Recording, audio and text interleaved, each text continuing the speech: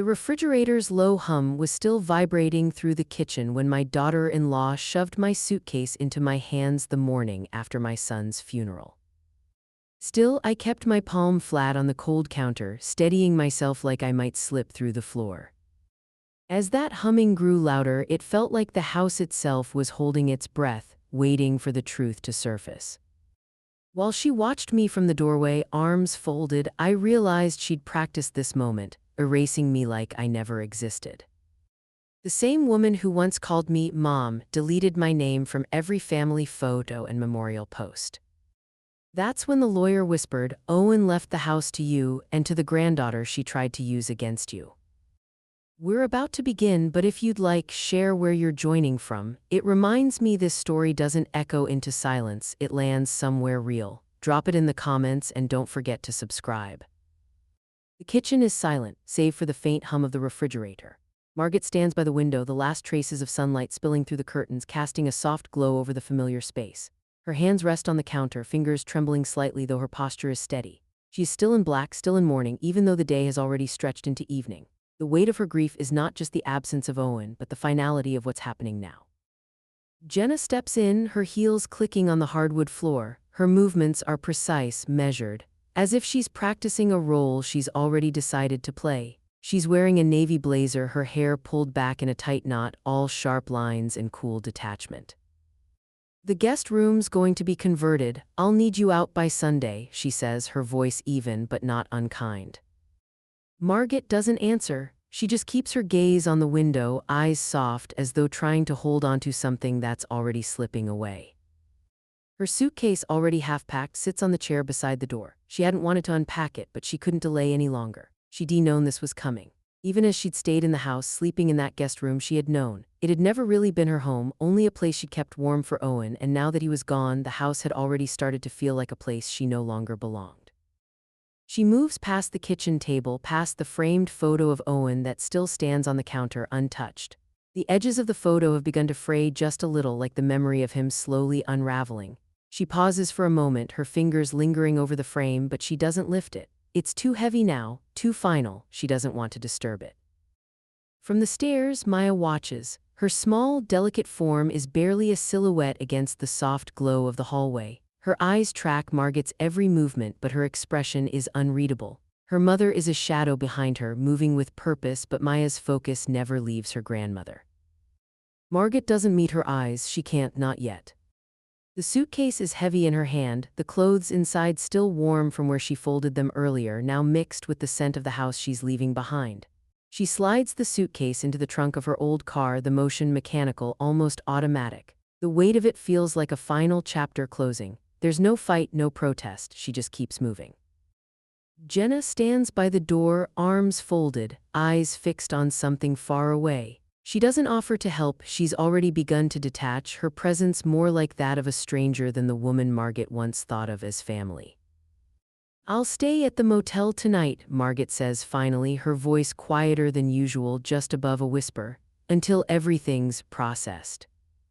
Jenna doesn't respond, she doesn't need to. The air is thick with things unsaid. Jenna doesn't even flinch as Margaret closes the trunk with a soft thud.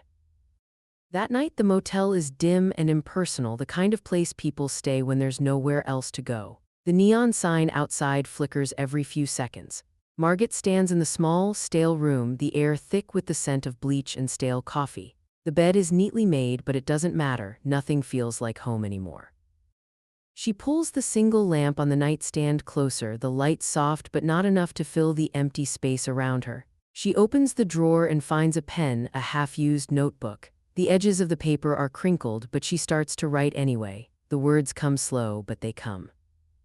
She writes to Owen, even though she knows he won't read it. "I never thought it would be this way," she scribbles, her hand shaking slightly. "I thought I would leave before you or we'd go together, not like this." She pauses, the pen hovering above the paper. The sound of the ticking clock feels too loud in the silence. The office smells like old paper and ink, the kind of place where time seems to slow, wrapping itself around the leather bound. Books and worn wooden shelves. It's small, cozy almost, but with an air of formality, as if every object here is carefully placed for a reason. Framed photographs of families from decades past line the walls, some faded, some still vibrant with life. The windows are clouded over by a light drizzle, the world outside muted, as if the rain too is reluctant to disturb the somber mood inside. Margaret sits in one of the high-backed chairs, her hands folded tightly in her lap. The weight of the silence around her presses down on her chest, making it hard to breathe. She hasn't worn makeup since Owen passed, her face too raw, her skin too tired from the months of grief. Today her hair is pulled back into a loose knot, her clothes simple but neat. She feels every inch of her age now, every crease on her face earned through years of caregiving, through lives spent in service to others. But today, she is not the nurse. She is a mother, a widow, a woman whose life has been altered in ways she's only beginning to understand.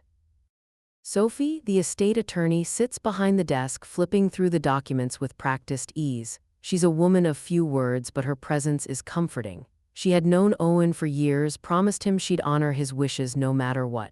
And so she does now as she clears her throat and begins to read.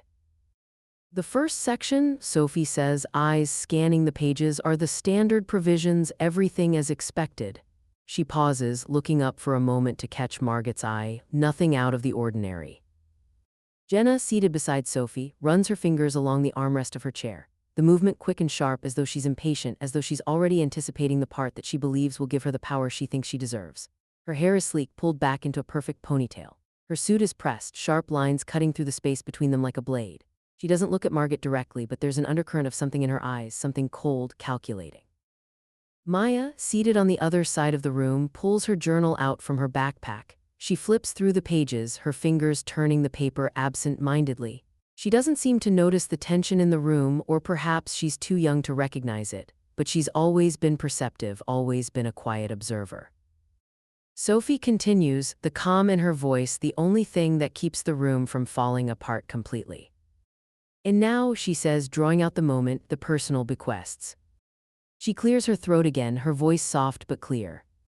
To my mother, Margaret, thank you for holding us together when I couldn't. The words hang in the air like a heavy mist. Jenna stiffens beside Sophie, her face suddenly tightening, her lips pressing together as if she's holding something in, something that might explode if she lets it out. The emotion flashes across her face, quick and sharp, before she smooths it over like a mask sliding back into place. Margaret, however, doesn't flinch. She lowers her eyes, feeling the sting of the words settle deep in her chest. It's not the first time she's heard them, but hearing them aloud in this space makes them real. The quiet recognition of everything she gave, everything she sacrificed, and perhaps everything she lost. Maya looks up from her journal, her small eyes moving from her grandmother to her mother. Her brow furrows, but she doesn't speak. She doesn't need to. The room is thick with the silence of unspoken truths, of things that are now set in stone. Jenna turns her gaze to the table, her fingers curling around the armrest again, this time with more force.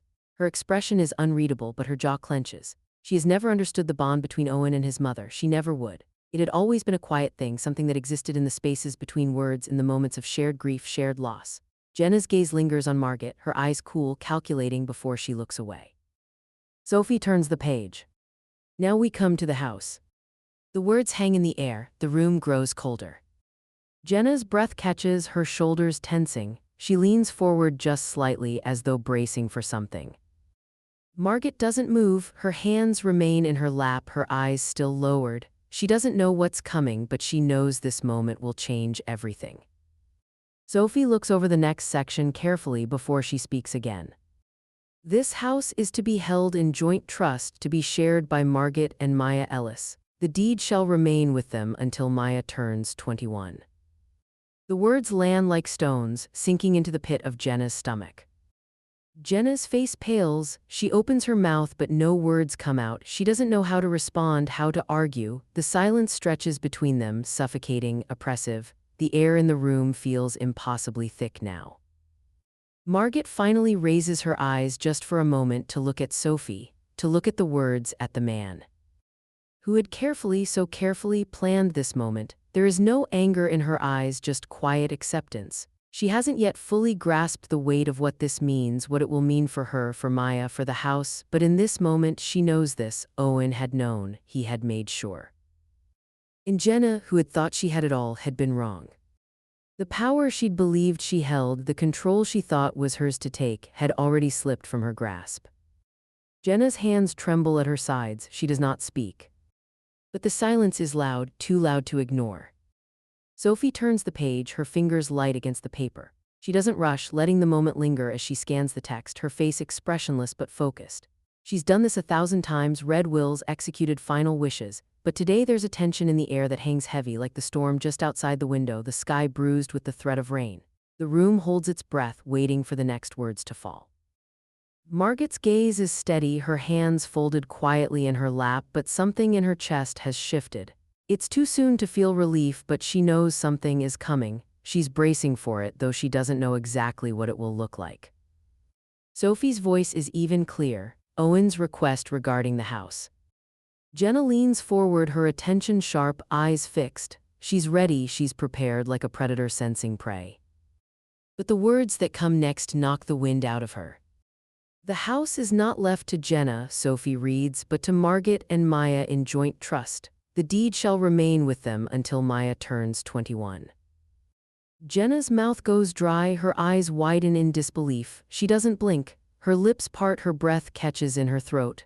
That must be a mistake, she manages to choke out, her voice rising just slightly, a thread of panic creeping in.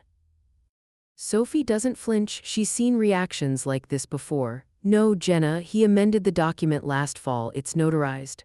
Sophie's tone is calm, matter of fact, as if this is no more than a routine detail in a long list of formalities. Jenna's heart pounds in her chest. The air between them crackles with the electricity of her mounting frustration. She can't breathe, she's sinking, drowning in the weight of it all.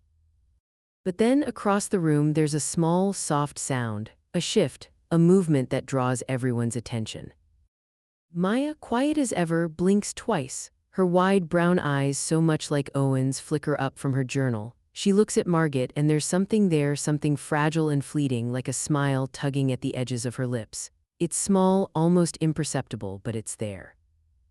Margaret doesn't notice it. She's still processing the words, still standing in the quiet aftermath of the legal blow. She looks at Sophie, then at Jenna, and then back to the door. "I'll stay at the motel tonight," she says softly, her voice barely a whisper, "until it's processed." It's not defiance, it's not triumph, it's just the quiet resolution of a woman who has known loss and knows now how to survive it. Jenna doesn't respond, she just stares, her fists clenched at her sides. Her face flushes with anger, a storm rising behind her eyes. Without another word, she stands, her chair scraping harshly against the floor, a sound that cuts through the room like a knife. She turns sharply, heading for the door, her heels clicking loud against the polished floor. The tension in her back is visible, her spine rigid, her breath shallow. She stops just before leaving, pausing in the doorway.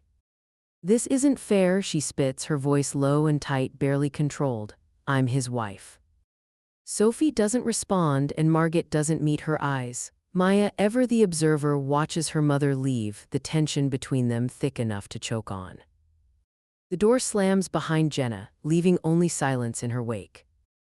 Margaret remains still, the weight of the will still heavy in her hands, the world outside muted and unreachable. She knows something has shifted. The house is no longer just a home, it is something more, it is a battleground.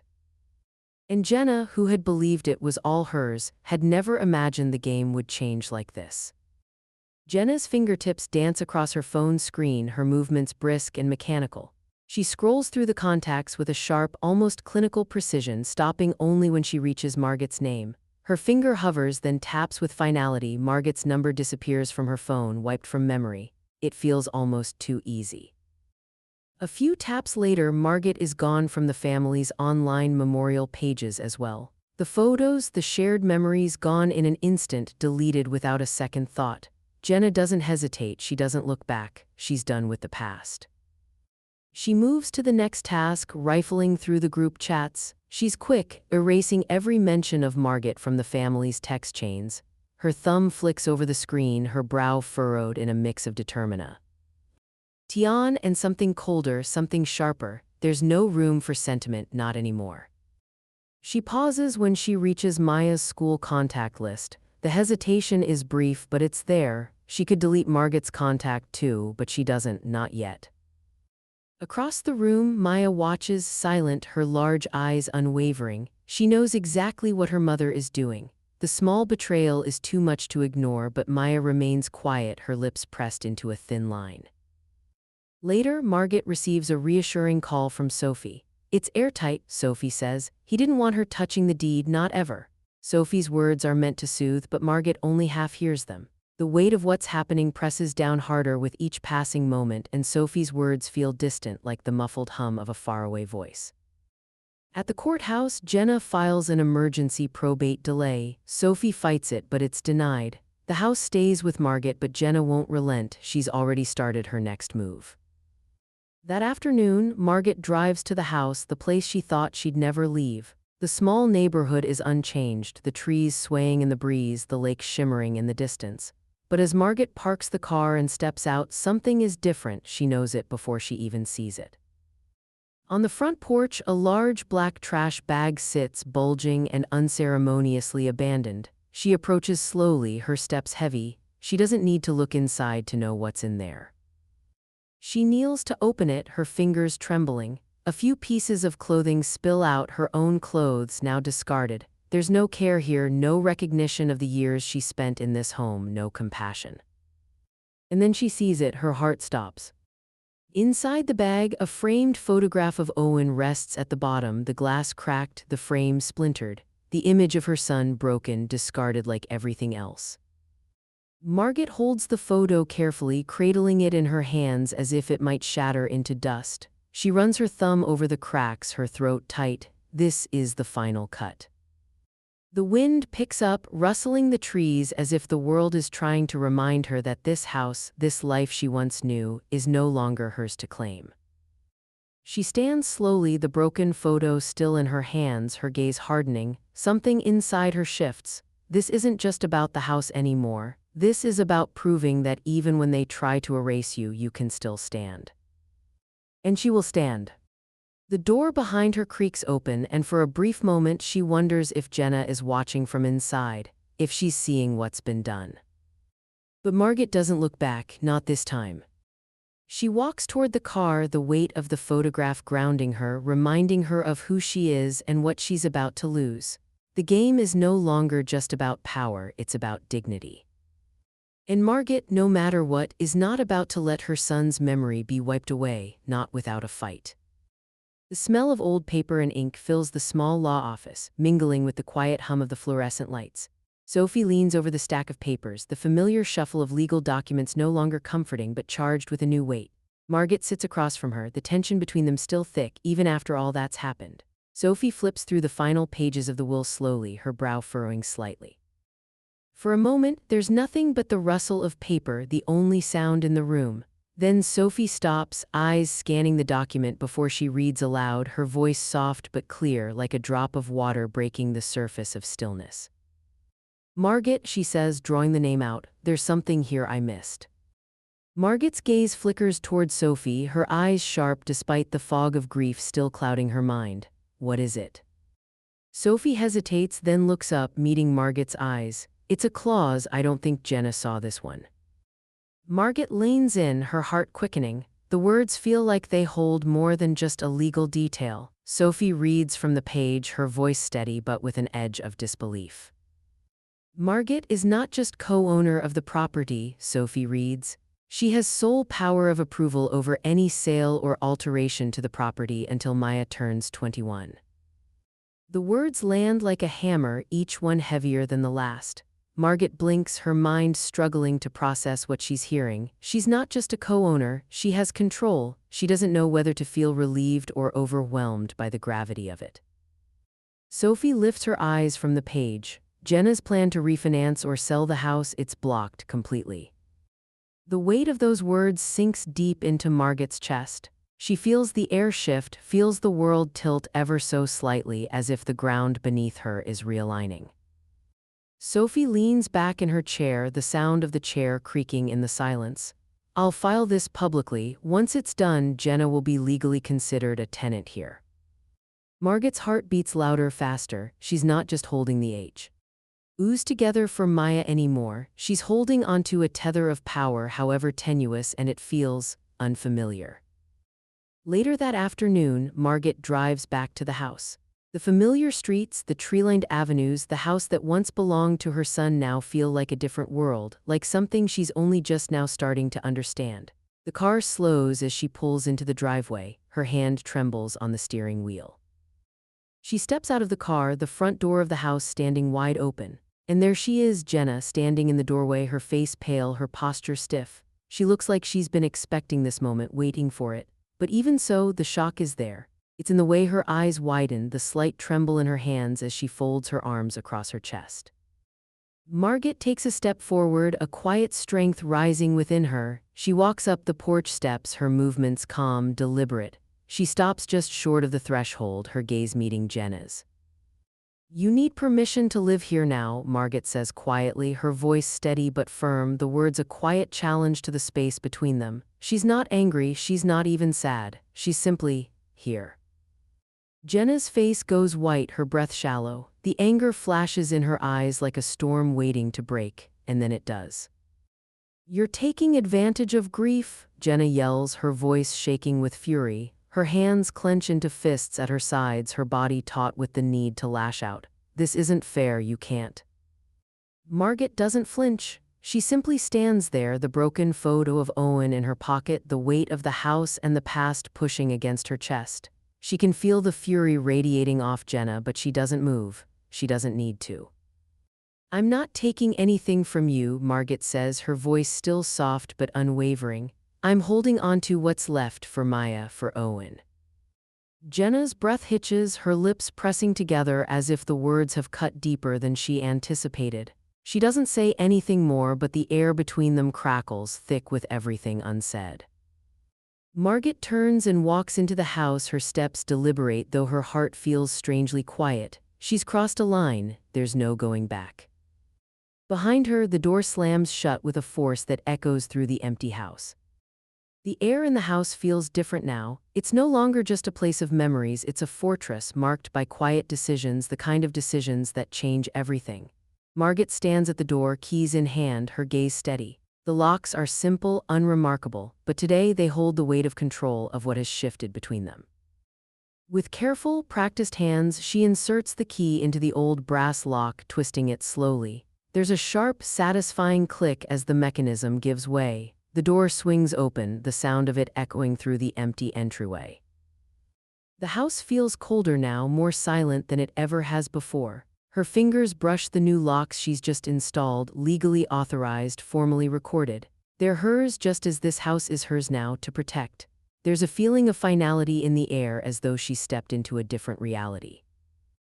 Jenna, returning from her grief retreat, arrives to find the change. She walks up the front steps with a suitcase in hand, but when she swipes her phone across the keypad to open the door, nothing happens. The screen flashes red, the code rejected. Her hand trembles slightly as she tries again, frustration building in her chest. The second time is no different, she's locked out. The door creaks open slowly and Margaret stands there, her face soft but resolute, the faintest trace of a hard-won peace in her eyes. "Let me know when you've found another place to stay," Margaret says quietly, her voice even, a touch of finality in her words. She doesn't ask, she states it. She's not offering space for negotiation. Jenna's face flushes, her breath catching, and she stumbles back a step. She opens her mouth to speak, but no words come out. Then her face contorts with a mixture of disbelief and anger, her hand clutching at her suitcase like it might be the only thing anchoring her to some form of control.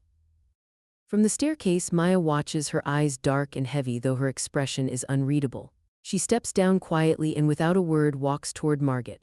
The small gesture is more powerful than anything said aloud. Without hesitation, Maya wraps her arms around Margaret, pulling her into a tight hug. It's the only comfort they have in this fractured world.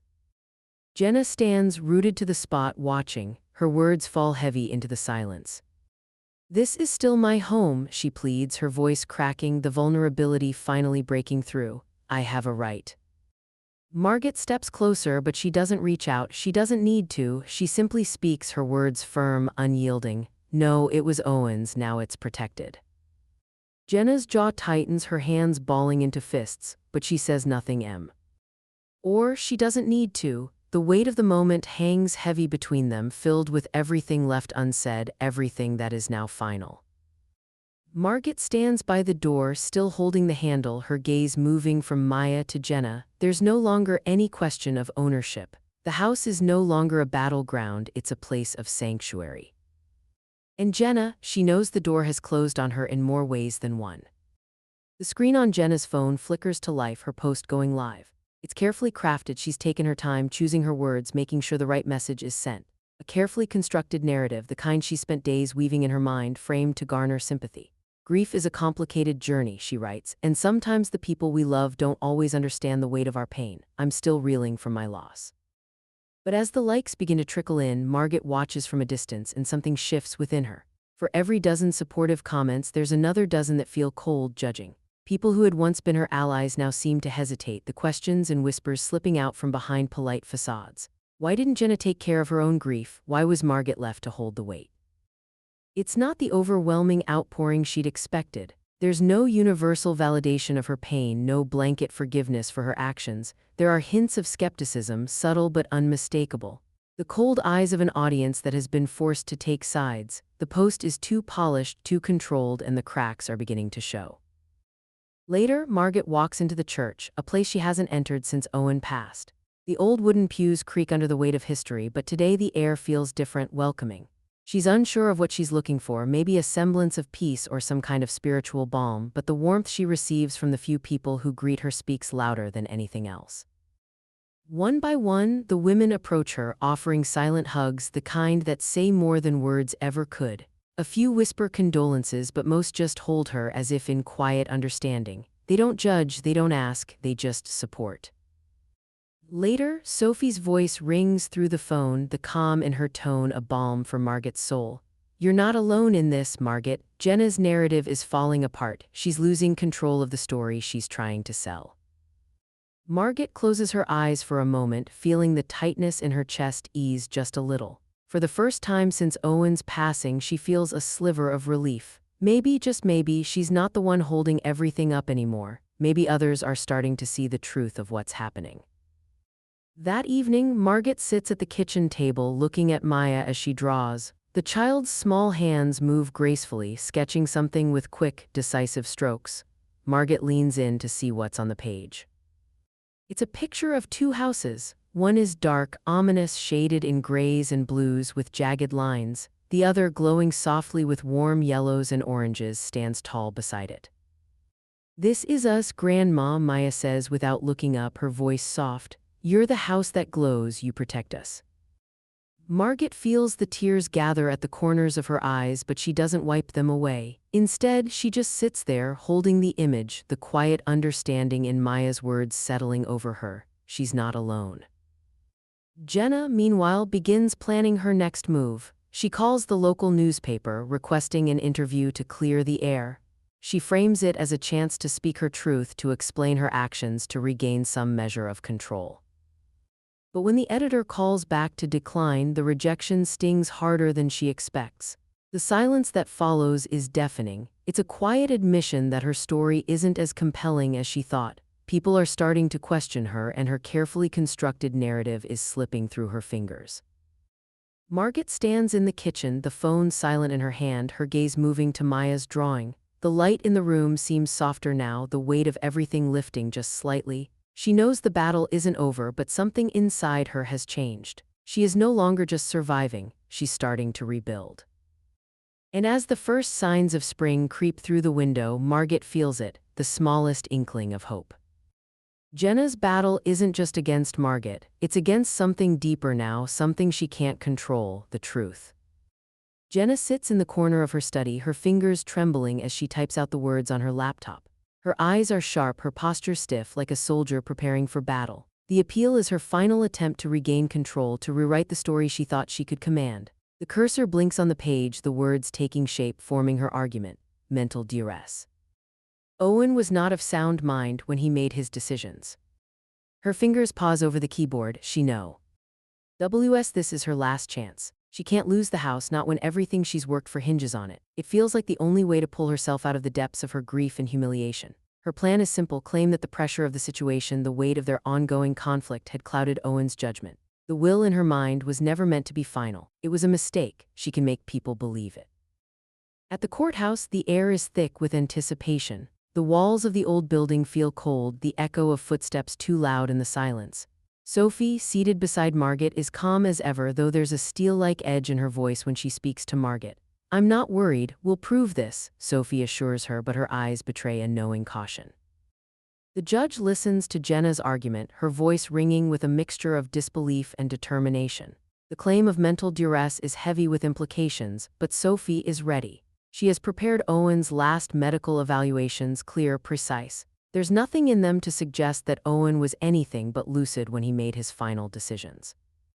Sophie presents the medical records, the airtight testimony of Owen's doctor. The air is tense as she speaks, but there's no wavering in her tone.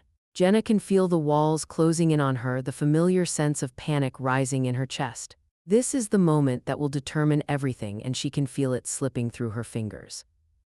But then, a small, almost incidental piece of evidence is introduced, something Sophie had recovered, something that had been tucked away, forgotten, a voice memo.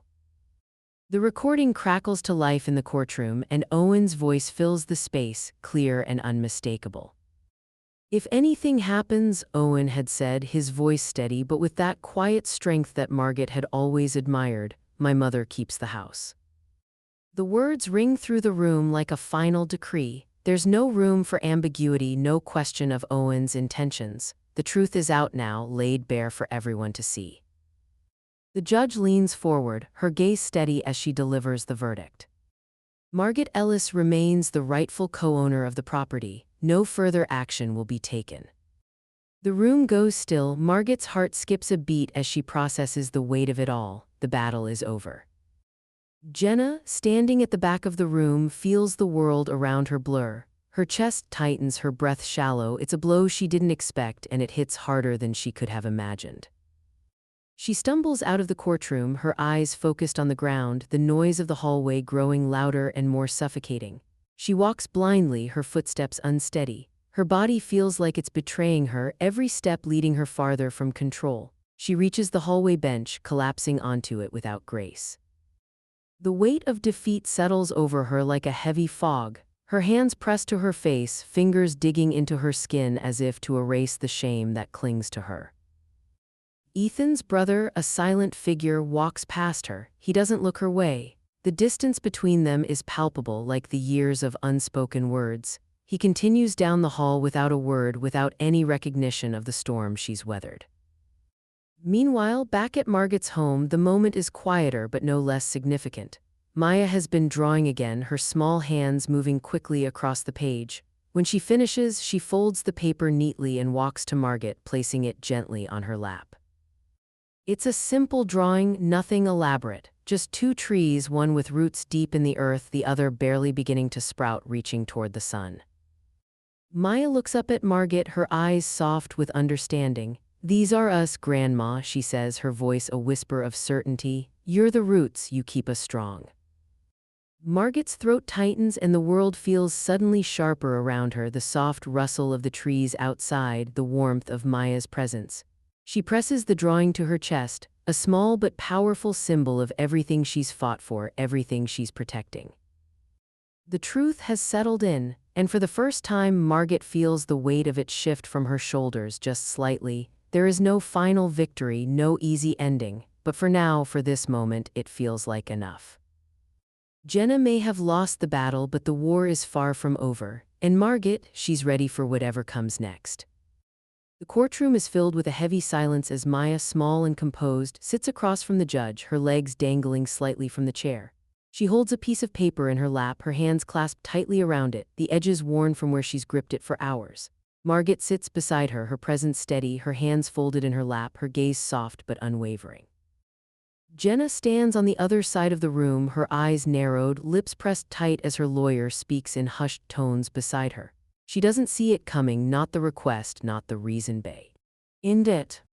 The judge's voice cuts through the tension. Maya Ellis has formally requested joint custody between her mother, Jenna Ellis, and her grandmother, Margaret Ellis. The words hang in the air, weighty and undeniable, citing emotional neglect. Jenna flinches, the words land like a blow to her chest. Her face goes pale, her breath shallow. She shifts in her seat, trying to process what's just been said, but it feels like the room is spinning, the edges of her world crumbling further with each passing second. Her lawyer leans in, offering a quiet reassurance, but Jenna can't hear it. She's focused entirely on the words Maya has spoken, emotional neglect. Her daughter, her own flesh and blood, has chosen this moment, this arena, to take a stand against her. The idea is a jagged shard lodged deep in her mind. How could this be happening? As if to seal the truth, the therapist's report is read aloud. The child therapist, who has met with Maya over the past months, confirms that Maya feels emotionally safer and more stable with Margaret. There's no mistaking it now, Maya's needs are no longer being met at home. Jenna's body tenses, her jaw tightens, and her hands tremble at her sides. She turns to Maya, her voice sharp, desperate, and full of accusation. "You're poisoning her against me," she spits out, the words bitter and raw, laced with hurt. Maya's gaze shifts to her mother, then back to Margaret, the weight of the decision settling into her bones. Her voice, when it comes, is quiet but unwavering. "You did that yourself." The words strike like a blow, deep and unrelenting. They cut through the years of tension, the unanswered questions, the unresolved bitterness. Jenna's face flushes, her eyes brimming with something deeper than anger. There's a flicker of realization there, she can't escape it. The truth is out. The courtroom feels colder now, the air heavy with judgment. The judge writes a note in her folder, pausing for a moment before looking up at Margaret. "I will file the paperwork for joint custody, but it's clear that the emotional well-being of the child is the priority. Margaret, you will have to submit a formal request for educational guardianship as well." The room falls silent again as Margaret, without hesitation, stands. She turns to her attorney, who nods in approval before stepping up to the table to sign the paperwork. Her movements are steady, grounded in a quiet strength that has only grown with time. As Margaret submits the paperwork, her mind shifts to the school, Maya's new future, the steps ahead. The weight of the decision to assume guardianship is not lost on her. She's not just fighting for a house anymore. She's fighting for her granddaughter's future, for her safety, her stability. Jenna's lawyer whispers in her ear, but it's too late, there's nothing to be said. "You need to step back," he advises quietly, his voice low. "If you push any further, you risk full removal of Maya from your care." Jenna's stomach drops, her world is slipping further away. The realization that she may lose her daughter completely stuns her. The words feel too heavy, too final, like the sound of a door slamming shut. Maya, meanwhile, remains quiet. She doesn't need to say more. Her gaze moves to Margaret, her sanctuary, her protector. The world around her feels fragile, but for the first time she feels seen. She feels safe. The kitchen smells like vanilla and butter, the faint, comforting scent of Owen's favorite cake filling the air. Margaret hums quietly to herself as she slides the batter into the oven, her movements gentle but steady. The world outside is quiet today, still, as if it too understands the weight of this day. The clock ticks away, slow and deliberate, each second an echo of the years that have passed since Owen's death. Maya stands by the window, looking out at the backyard, her small face bathed in the light of the morning sun. There's a softness in her expression today, an almost imperceptible calm that hasn't been there in months. She turns toward Margaret, her voice barely above a whisper. "Grandma, do you think Dad would like the cake?" Margaret smiles, though the smile is tinged with sadness. "I think he would have loved it, and I think he would have loved the way you're growing."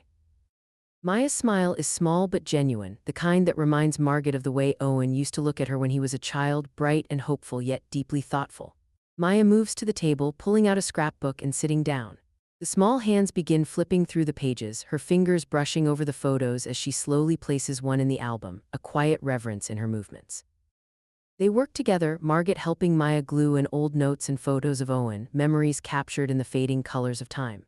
Maya's face is focused, her brow furrowed as she arranges the pieces of her father's life into something tangible, something she can hold on to.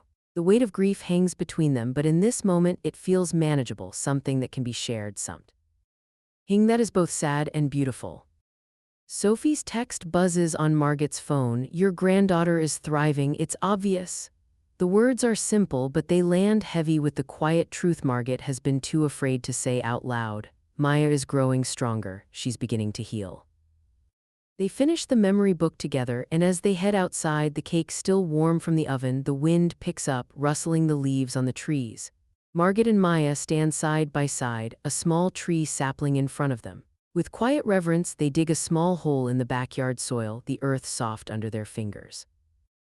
Maya looks at her grandmother, and without a word, they both lower the tree into the ground, a new life taking root. The roots stretch downward as the tree stands tall, its branches reaching toward the sky. Margaret kneels beside it, her hand resting gently on the soft soil, and she pulls Owen's old wristwatch from her pocket. It's worn, the leather strap cracked but still functional. She places it carefully beneath the tree, burying it with the same quiet reverence she once used when she helped Owen tie it on his wrist so many years ago. For a moment, all is still. The air feels pregnant with meaning, as though this small act, this planting of life, is more than just a memorial. It is a promise that despite all that has been lost, something beautiful will continue to grow, something that cannot be erased. Maya steps back, her eyes bright but wet with unshed tears. She doesn't need to say anything, they both know the significance of the gesture. Jenna, meanwhile, is elsewhere, far removed from this quiet moment of healing. She's posted vacation photos on social media, a mask of happiness tagged with words like healing, but it feels hollow. The absence of her daughter beside her in those photos speaks volumes. Jenna's battle, far from over, continues to unfold in silence, away from the warmth of this home. For a moment, as Margaret watches Maya standing next to the tree, a sense of peace settles into her bones. They've planted something new here, a foundation for what's to come. The cycle of grief and growth, loss and renewal has begun again, but this time it's on their terms. And as Margaret stands, the wind carrying a whisper of the past through the branches, she knows this is the life she's fighting for. The words come slowly at first, uncertain, hesitant. Margaret sits at the kitchen table, the soft glow of the afternoon sun spilling across the worn pages of the notebook in front of her. She's been writing for days, unsure if it's something she wants to say or something she needs to say. Her pen hovers above the paper, then dips into ink, forming the title with careful strokes, When the Widow Isn't Wanted. The story pours out of her, the quiet pain of years spent in the shadow of a life half-lived, the moments of silence between her and the family that should have been hers. She writes of the house, the one she was pushed out of, the one that became a battleground. But she writes also of the years spent loving, of the grief she's learned to hold, and of the quiet defiance that has settled into her heart. It's a quiet but powerful piece, honest without being vindictive, raw without being cruel. She doesn't write it to hurt Jenna, she writes it for herself. She writes it because the world needs to understand, and maybe, just maybe, there are others out there who have lived through this too. When the article is published, the responses begin to flood in almost immediately. Comments, letters, messages, women, strangers, and some she recognizes reach out with words of empathy. "This happened to me too," one letter says. "I was erased too," another echoes. Margaret sits in the chair by the window, reading each message, feeling the weight of every story that resonates with hers. For the first time in months, she doesn't feel so alone. There's a quiet, grounding power in knowing she isn't the only one who's lived this. She's not the only widow who's been cast aside, not the only one whose love was deemed expendable. Meanwhile, Jenna seethes. She recognizes the story, her story, and the rage bubbles up inside her like a fire she can't contain. She stares at the screen, fingers shaking, the sharp sting of humiliation crawling through her veins. How dare Margaret? How dare she tell this version of events? The shame of it, the exposure, burns deeper than she expected. But there's no way to take it back now. It's out there, the truth, raw and unpolished. Jenna tries to respond, tries to reclaim some control, but the words on the page never feel like they carry the same weight. Her phone buzzes with notifications, but she's too numb to engage. She watches as the ripple effect spreads, her circle of friends growing more distant, the invitations less frequent. Margaret, meanwhile, chooses to do something that is both an act of healing and defiance. She donates the small inheritance Owen left her, every penny of it. The mo. Nay will go toward creating emergency housing for older women who find themselves in similar positions, left behind, unseen. She doesn't do it for praise. She does it because she understands. She knows the pain of being overlooked, of being erased, and she wants to offer something back, a place of safety, a place to be seen. Maya, always watching, always quietly observant, helps her grandmother decide on a name for the program. Together, they settle on Ellis House.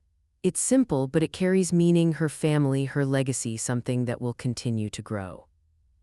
As the donations begin to come in and the house takes form, Jenna's life begins to fracture. Her social circle, once supportive, becomes quieter, less welcoming. The whispers behind closed doors grow louder. She can feel the distance, an invisible wall between her and the people she thought she could count on. Invitations dry up once frequent phone calls become rare. People begin to whisper, to question her choices, her actions. The weight of isolation presses on her chest, heavier with each passing day. She has lost control not just of the house but of the narrative, and the world she thought she understood is beginning to slip away. Margaret stands at the window, her eyes soft, watching Maya play in the yard. There's a quiet satisfaction in the way things are unfolding now. The house may not be hers in the way she once imagined, but it's her legacy, one she's building piece by piece in the quiet defiance of everything she's been told she should be. The story is hers now, written not in anger but in truth, and it's a truth that cannot be erased. Jenna stands at the front door, her hand trembling as she turns the key in the lock. It's the first time she's entered the house since the verdict, since everything shifted. She walks slowly into the hallway, the air thick with memories that don't belong to her anymore. The sound of her shoes on the floor echoes through the house, amplified by the emptiness. The house that once felt like her fortress now feels foreign, a place she no longer fits. She's here for one reason and one reason only: to gather what's left. She takes a breath, steadying herself, and begins pulling boxes from the hallway closet, stacking them carefully. There's no rush, no emotion bubbling up, just the quiet mechanical movement of packing her life away. Margaret, sitting in the living room, watches her from a distance, her hands folded in her lap. She offers no words, no gestures of sympathy. Her gaze is calm, resolute. She's seen Jenna through too many stages of grief to expect any kind of reconciliation now. Her presence here isn't for peace, it's for closure. Maya, hearing the sound of footsteps in the hall, peers around the corner from the stairs, her small face barely visible. She doesn't come down, she knows better. This is not a moment for her to interfere. Instead, she retreats back into her room, closing the door softly behind her, leaving the space to the adults, leaving it to Jenna and the house she can no longer call hers. Jenna continues packing, her movements stiff, as if each box is another piece of her pride that she's forced to put away. She opens the drawer of the kitchen counter, searching for one final thing, anything left behind. Her fingers brush over papers, knickknacks, the mundane remnants of a life she's now leaving behind. And then she finds it, one of Owen's old letters, sealed with a faint crease along the edges. Her breath catches in her throat. She stares at it for a long moment, the weight of the decision hanging in the air. She could open it. She could read the last words he wrote, the final piece of a man she's lost. But she doesn't. She places it back down on the counter, untouched. Some things, it seems, are better left unopened. She glances toward Margaret, who has been silent throughout. There's no accusation in Margaret's eyes, no triumph, just a quiet resignation. Jenna can feel the distance between them, and it's wider than it's ever been. Without a word, Jenna picks up her boxes. The house feels even quieter as she walks toward the door, the sound of her footsteps swallowed by the weight of the moment. She doesn't look back, she doesn't need to. Margaret rises from her seat, walking toward the door as Jenna steps over the threshold. She doesn't offer her hand, there's nothing to say, she simply nods, her gaze steady. And with that, the door shuts softly behind her. No more words, no more drama, just air, the kind that fills the space between them now, the kind that echoes in the absence of things left unsaid. Jenna walks away, the weight of her own decisions pressing down on her shoulders, but the house, the life she thought she was entitled to, stays behind. The box sits on the floor of Margaret's bedroom, unopened, untouched. It's a simple cardboard box, nothing special about it, but inside it holds everything. She knows this before she even lifts the lid. The air around it is heavy with expectation, the weight of history pressing in on her. Margaret crouches beside the box, her hands trembling just slightly as she slides open the flaps. Her heart races. She hadn't expected to find this. She hadn't wanted to, but now it's here. Owen's journals, the ones he'd kept, the ones she never knew existed. She lifts the first one carefully, the leather cover worn, the pages yellowed at the edges. A soft exhale leaves her lips. She opens to the first page. It's addressed to Maya, a message for her daughter, a message for the daughter he couldn't protect, couldn't keep safe. The words spill out of Owen's handwriting, scrawled with urgency but care. What I wanted for you. Margaret inhales deeply, her heart tightening. She reads on. There are letters for every birthday until Maya turns 21. Advice, apologies, hopes. They're his hopes for her, his desire for her to know the truth of his love even after he's gone. But then there's a passage that catches Margaret's breath. It's simple, yet it hits with the force of a wave crashing against her chest. "This house is my mother's now because she'll protect you." Margaret's eyes blur with tears, her vision distorting as the words swim in front of her. She presses the journal to her chest for a moment, as if to hold onto the warmth of Owen's love, the security he promised her. He knew, she thinks, he knew what was coming. The weight of everything that has happened, of the years spent battling and grieving, settles heavily on her. She doesn't know how long she sits there, reading in silence. The house, once a battleground, now feels like something sacred, something she must protect. When she finally closes the last journal, it feels as if the world has shifted, even if just slightly. She hears Maya's soft breathing from the other room, the girl still sleeping peacefully. Sophie calls, her voice gentle yet practical. "I'll include the journals in the formal trust archive. They need to be part of the record." Margaret nods, even though Sophie can't see her. There's no need to say anything. The journals will be kept. Owen's words, his final act of love, will be part of the legacy he left for Maya. But then, as Margaret goes to place the journals back in the box, something compels her to stop. She picks up a fresh piece of paper and begins to write. Slowly, carefully, she adds her own note, something to Maya, something Owen didn't leave behind. "To my dear granddaughter, I will always protect you. This house is ours now, and it will be a place of love, a place of strength, just as your father wanted." She slips the letter into the box, tucking it carefully behind Owen's last one. The words are simple, but they feel like a promise that she will honor, no matter what comes next. The house, Margaret realizes, isn't just a building. It's a sanctuary, a place where her family can heal, where love can grow, and she's the keeper of that love now, the keeper of their legacy. As the last rays of sunlight fade outside, she stands, the journals and letter tucked away in the box. Maya stirs in the other room, waking from her sleep. Margaret watches her from the doorway, her heart full, knowing that no matter what, she will protect her, always. The door behind her creaks open, the faintest sound that echoes through the house. Margaret's gaze flicks toward it, her mind filled with thoughts of what has passed and what is to come. The door isn't just an exit or an entrance, it's a reminder. A reminder that no matter the battles fought, no matter the wounds, the legacy of love endures.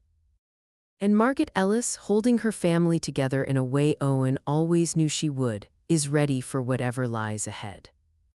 The garden hums with life. The flowers are fuller now, their colors vibrant under the soft morning light. Margaret walks slowly through the rows, her hand trailing along the edges of the newly trimmed bushes. There's something peaceful in the rhythmic motion, the steady promise of growth. She watches the green leaves sway with the breeze, each step she takes quiet, deliberate. The garden has become a place of refuge, a reflection of the home she's slowly rebuilding. Every inch of this garden has been cultivated with care, just like the house. When they first moved in, the yard had been overgrown, untended. Now everything is neat, purposeful. The weeds are gone, the flowers bloom in their places. She smiles as she bends to touch a rose, its petals soft under her fingers. She doesn't need to look back. She knows what's behind her, the house standing as it always has, a quiet monument to the passage of time. The house that held everything, that saw every fight, every tear, every silent victory. It's not perfect, but neither is she. It's theirs now, her and Maya's, and it's been made stronger by the love that's filled it.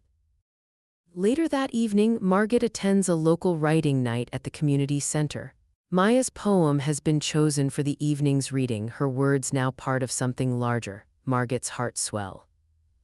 As Maya walks up to the podium, her small frame standing taller than it once did. She looks out at the crowd, her voice steady and sure as she reads her poem aloud. "Roots deep in the soil. A house built on love. A place for me to grow." Margaret listens, her eyes moistening, pride blooming in her chest. This is the girl who not long ago had been lost in the quiet, the grief too heavy to bear. Now she is finding her own voice, her own way. The room is still, all eyes on Maya, who finishes her reading with a small, shy smile. The applause feels like a soft embrace.